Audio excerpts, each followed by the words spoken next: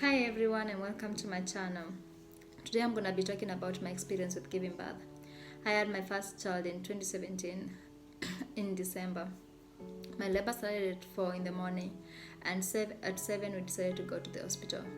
I was checked by a nurse and the nurse told me, I think the baby's head is down, but just go back home and walk around, then come back later. Went back home, walked around, and then the pain was getting too much, so we decided to go back to the hospital. 3 different nurses checked me at that point, and one of them was saying, I think the baby head is down. Another one was saying, I think the baby is breech.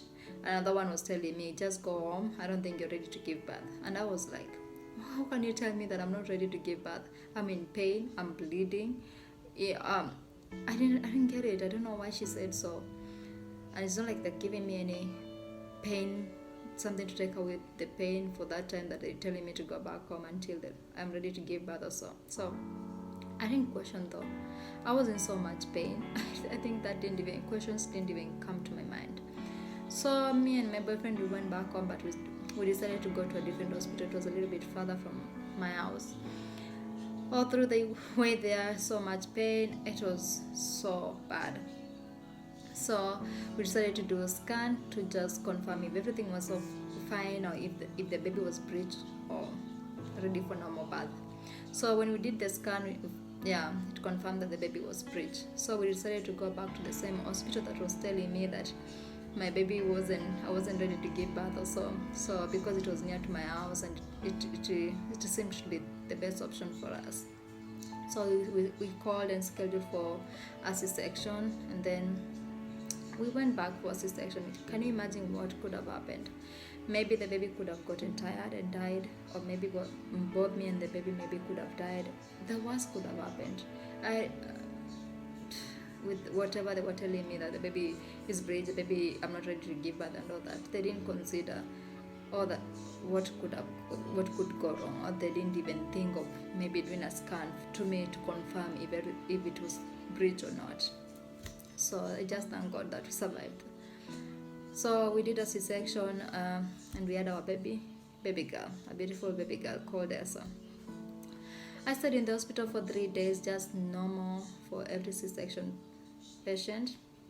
And then after 3 days, we went back home. Then at home, I did most stuff. I didn't have that much help. The people could help, they help where they can, but most of the time I would find myself alone and I would do so many stuff by myself. My boyfriend was there to help. He will help where he can. He's not African, so you can imagine you have to wash clothes with your hands. A lot of Kenyan food is hard to cook because it's heavy food, like ugali, chapati. Most food need a lot of work. We need to eat, so I had to cook. So after 2 weeks, my boyfriend was out doing some shopping, and then I was alone in the house with the baby. All of a sudden, pus started coming from one side of my C-section, and I was super scared. So I called my sister who had a C-section 4 months or so prior my C-section, and I asked her, as pus ever came out of your C-section? She was like, oh, don't worry, it's fine, it's not a big deal. Yeah, it came out of my C-section, but it went away, everything went back to normal. Then I was like, oh, fuchs, I don't have to worry about this. Then I called my boyfriend, and then my boyfriend was like, no, Alice, we need to go to the hospital right now. So he came back, went back to the hospital. Then at the hospital, they told me, you did so good to come. It could have been worse. You could have died. This section could have spread. Then they started telling me of a story of a patient who had the same thing, and she didn't bother to go to the hospital, and she died and left a 1-month-old baby. That was horrible. I was so thankful. I felt like my boyfriend saved my life or so. So the treatment of the infection took around 2 weeks.